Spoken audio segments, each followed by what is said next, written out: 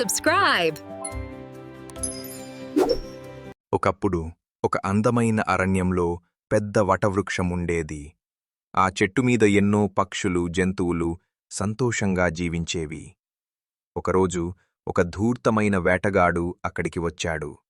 అతను పక్షులను పట్టుకోవాలనుకున్నాడు. హహ, ఈరోజు నేను చాలా పక్షులను పట్టుకుంటా. అతను వటవృక్షం కింద వలవేసి దానిమీద గింజలు చల్లాడు. ఆకాశంలో ఎగురుతున్న పావురాల గుంపు ఆ గింజలను చూసింది. చూడండి, ఎంత రుచిగా ఉన్న గింజలు! ఆగండి స్నేహితులారా, ఇది వల కావచ్చు. ఇంత గింజలు ఒకేచోట ఎలా వస్తాయి? కాని మాకు చాలా ఆకలిగా ఉంది రాజా. రాజు మాట ఎవ్వరూ వినలేదు. అవన్నీ నేలపైకి వచ్చి గింజలు తినడం ప్రారంభించాయి. అకస్మాత్తుగా వల బిగుసుకుంది. అన్ని పావురాలు చిక్కుకుపోయాయి.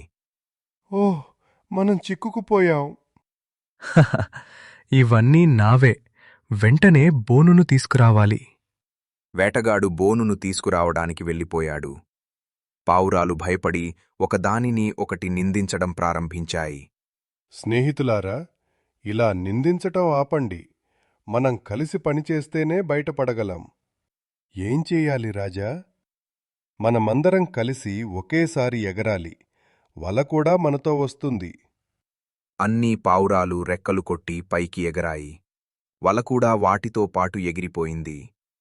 ఇది ఎలా సాధ్యమైంది? నా అదృష్టం ఏమీ బాగాలేదు.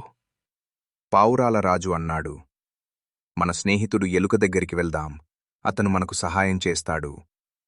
ఓ, నా స్నేహితులు వచ్చారు.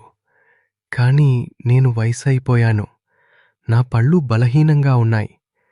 నిన్ను మాత్రం కాపాడగలను, మిగతా వారిని కాదు. నేను నా స్నేహితులను వదిలి వెళ్ళను.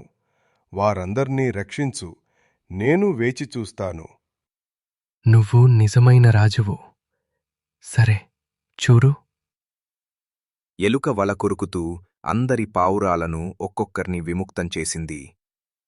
అన్ని పావురాలు విముక్తమై ఆనందంగా ఆకాశంలోకి ఎగరాయి. ధన్యవాదాలు స్నేహితుడా. నీ సహాయం ఎప్పటికీ మర్చిపోలేం. స్నేహం ఎప్పుడూ శక్తివంతమవుతుంది. అలా అన్ని పావురాలు తిరిగి తమ ఇంటికి వెళ్ళిపోయాయి. ఐకమత్యం శక్తి. We can overcome any problem.